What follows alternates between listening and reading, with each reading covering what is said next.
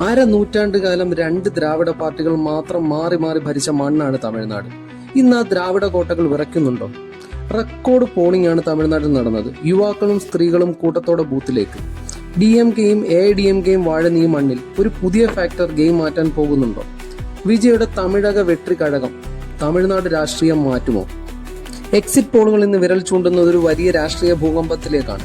മിക്ക സർവേകളും DMKയുടെ ഭരണ തുടർച്ച പ്രവചിക്കുമ്പോഴും ചില കണക്കുകൾ വിജയ് 100 മുതൽ 120 സീറ്റുകൾ വരെ നേടുമെന്ന് പറയുന്നു. 2021 ഇല്ലാതിരുന്നൊരു പാർട്ടി ഇന്ന് പ്രധാന ചർച്ചയായത് എങ്ങനെ? ഇത് വെറും സ്റ്റാർ പവർ മാത്രമല്ല, ഒരു പുതിയ വോട്ടർ കൂട്ടായ്മയാണ് ഇവിടെ രൂപപ്പെടുന്നത്. യുവാക്കളും ആദ്യമായി വോട്ട് ചെയ്യുന്നവരും പരമ്പരാഗത പാർട്ടിക്ക് പുറത്തേക്ക് നോക്കുന്നു. അതായത് ഇത് ആരാധകരുടെ ആവേശം മാത്രമല്ല, ഒരു തലമുറയുടെ രാഷ്ട്രീയ നീക്കമാണ്. തമിഴ്നാട് ഇതിനു മുൻപും ഒരു സിനിമാ വിപ്ലവം കണ്ടിട്ടു.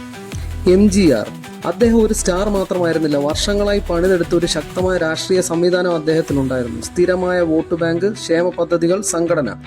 പക്ഷെ വിജയ് എത്തുന്നത് കൂടുതൽ മത്സരവും വിഭജനവും ഉള്ളൊരു കാലത്താണ്. ഇവിടെ ആവേശം വോട്ടായി മാറിയിട്ടുണ്ടോ? വോട്ടുകൾ ഒരേ ദിശയിൽ പോകാതെ ചിതറുകയാണോ? ആ ചിതറൽ വിജയ്ക്ക് പുതിയ വാതിൽ തുറക്കുമോ? മറ്റൊരു വലിയ റിസ്ക്, വിജയ് തെരഞ്ഞെടുപ്പിൽ ഒറ്റയ്ക്കാണ് ഇറങ്ങിയത്. 234 മണ്ഡലങ്ങളിൽ നേരിട്ട് ജനവിധി നേടുന്നു. റാലികളിൽ ജനക്കൂട്ടങ്ങൾ, ആവേശം, മുദ്രാവാക്യങ്ങൾ. പക്ഷെ ജനക്കൂട്ടങ്ങൾ മാത്രം തെരഞ്ഞെടുപ്പ് ജയിപ്പിക്കില്ല. ഇവിടെ തന്നെയാണ് ഏറ്റവും വലിയ ചോദ്യം. തമിഴക വെട്രി കഴകത്തിന് വ്യക്തമായ രാഷ്ട്രീയ ഐഡന്റിറ്റിയും ശക്തമായ സംഘടനയും ഇതിനകം ഉണ്ടോ? അല്ലെങ്കിൽ ഇതിപ്പോഴും വളരുന്നൊരു പ്രസ്ഥാനമാണോ? മെയ് 4 തമിഴ്നാട് വിധി എഴുതും.